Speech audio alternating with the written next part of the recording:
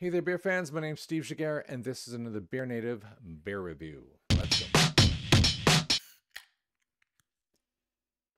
All right, once again, if you're a big fan of the channel and you love beer, subscribe. Maybe tell your friends. I'm on Untapped as Steve Giguere. I'm all over the place on Instagram with the same tag, generally BeerNative TV. And I hope to see more of you there.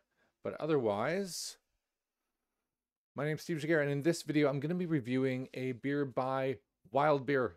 Wild Beer is pretty awesome. They do a lot of interesting, they actually do a lot of interesting beers that are a little bit kind of left of center. They're not so much part of the sort of New England IPA and IPA thing that is booming, but they do have a flagship IPA, and that is the one that I'm going to be reviewing today. And let's take a quick look at it here. This is their site, Wild IPA, mixed fermentation plus IPA, the unique 3 yeast blend. Well, I mean, I could read the website just as much as you can, but this is what they do. They have all sorts of interesting wild beers, and this is an example of a wild IPA. They're saying it, no other beer pairs quite with food like wild IPA. I don't know. Let's drink it and find out, shall we? I don't have any food to pair it with, but I will speculate, let's say. It does have a really low IBU at 18 for an IPA, which I think is really interesting. But let's find out. So it's in the fridge. It's been chilling for some time. Let's check it out. I like its understated artwork. I do love the Wild Beer logo. I like the slight rough around the edges, spattery art there. It's only a 5.2%. It's not falling into a typical spec for an IPA, but I respect Wild Beer, so we're going to give this a go. What's pretty accessible about this is that I'm almost positive I got this at a supermarket, and they are calling this their flagship IPA.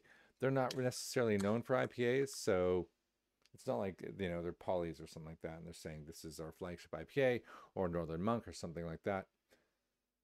But let's take it for a test drive. And by the way, if you're thinking, Steve, you haven't had a video in a while, I had a very busy work week, and a week and a bit ago, I was lucky enough and fortunate enough and privileged enough to host a drink along with the UK Craft Beer Forum on Facebook. We had a lot of really good people. We had Alex, one of the founders and head brewers at Whiplash, who was on the part of it. So do join that forum. I know if you're a fan and you've seen me kind of slag off that forum on this actual YouTube channel, they have undergone new management for a variety of reasons I won't go into, and that forum is now turning over a new leaf, let's say. So now I'm getting more engaged and becoming a bit of a fan. Nevertheless, we have a not so hazy IPA here. If we can just get a little bit of a focus on that. We can see through that. Not too bad. Oh, wow, I have a dirty, you can tell I have dogs. There's dog hair on my glass. This just came out of the cupboard. It doesn't take long, does it? But let's give it a little whiff. What's interesting about this, standard hops, but Talus hops have kind of a strange, a typical grapefruit thing, but I would say, I don't want to say a strange floralness to them. Floral pine that it does fit within the wild beer vibe, but let's see, right? I'm getting kind of an interesting funkiness, which is almost like a cotton candy kind of smell from it, which I wasn't really expecting. There's a little bit of dankness as well, which I also wasn't quite expecting. But other than that, a kind of a typical, I would say, cedar-like pine. And a little bit of grapefruit, but I don't think it's quite as strong as I expected. All right, let's dive in.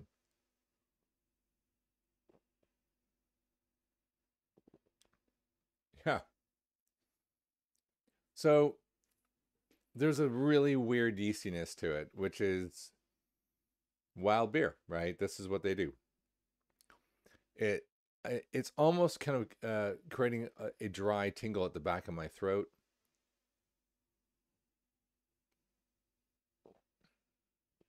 It's challenging me like the way a really peaty whiskey, says, hey, have a few sips and see what you think. There's almost a spicy clove and black pepper going on. Some might say even like a cooked onions. That makes me want to investigate what other hops might be involved here. Let's go back to the screen. I think there's tasting. So German Cascade, Simcoe, Talus, and Mosaic. A friend of mine, Rich, once mentioned an association of Mosaic with onions. I think it was Mosaic. I'm definitely getting that on this. Actually, very, very strong. But it's all right. Let's take one more sip and give it just a score, a flavor score.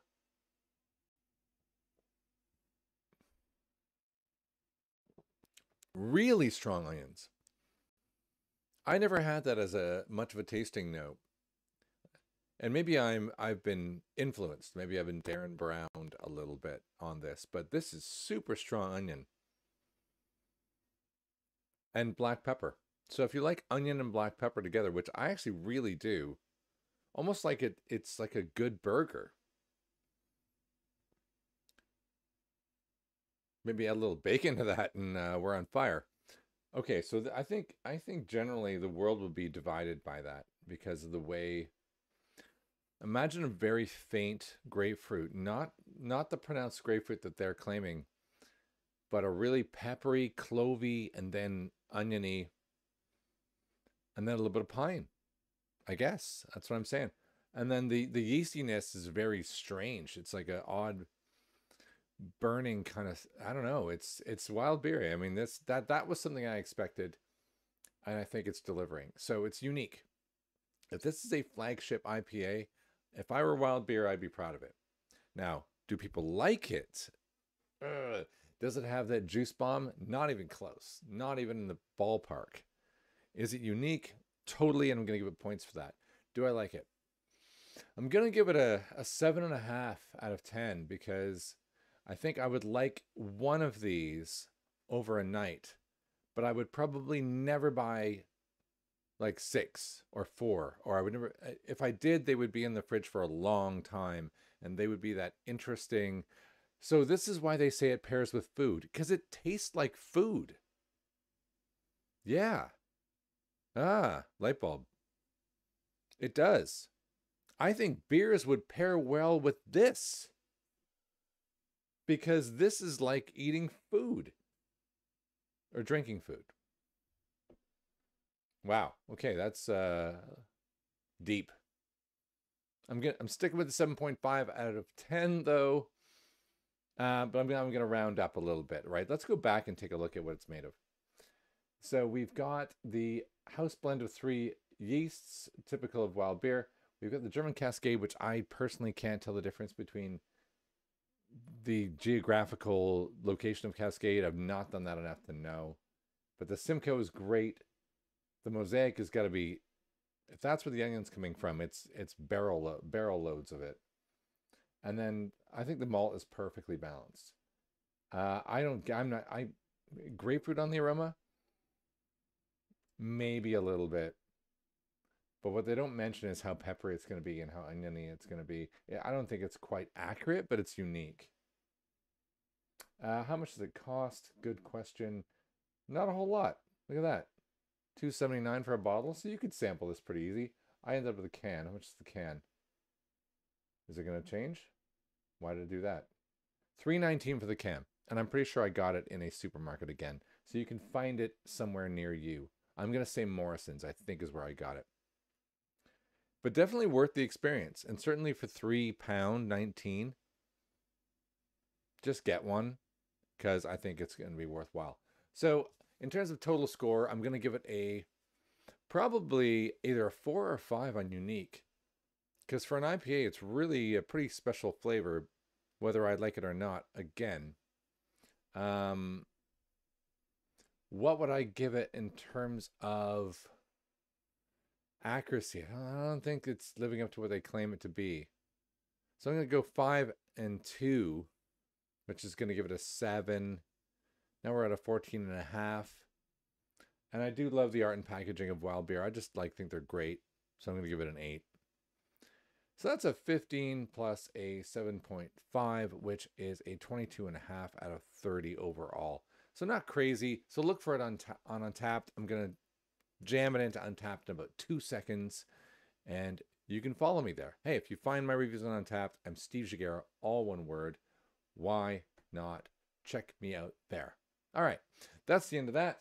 That has been Wild IPA, the flagship flavor by fermentation.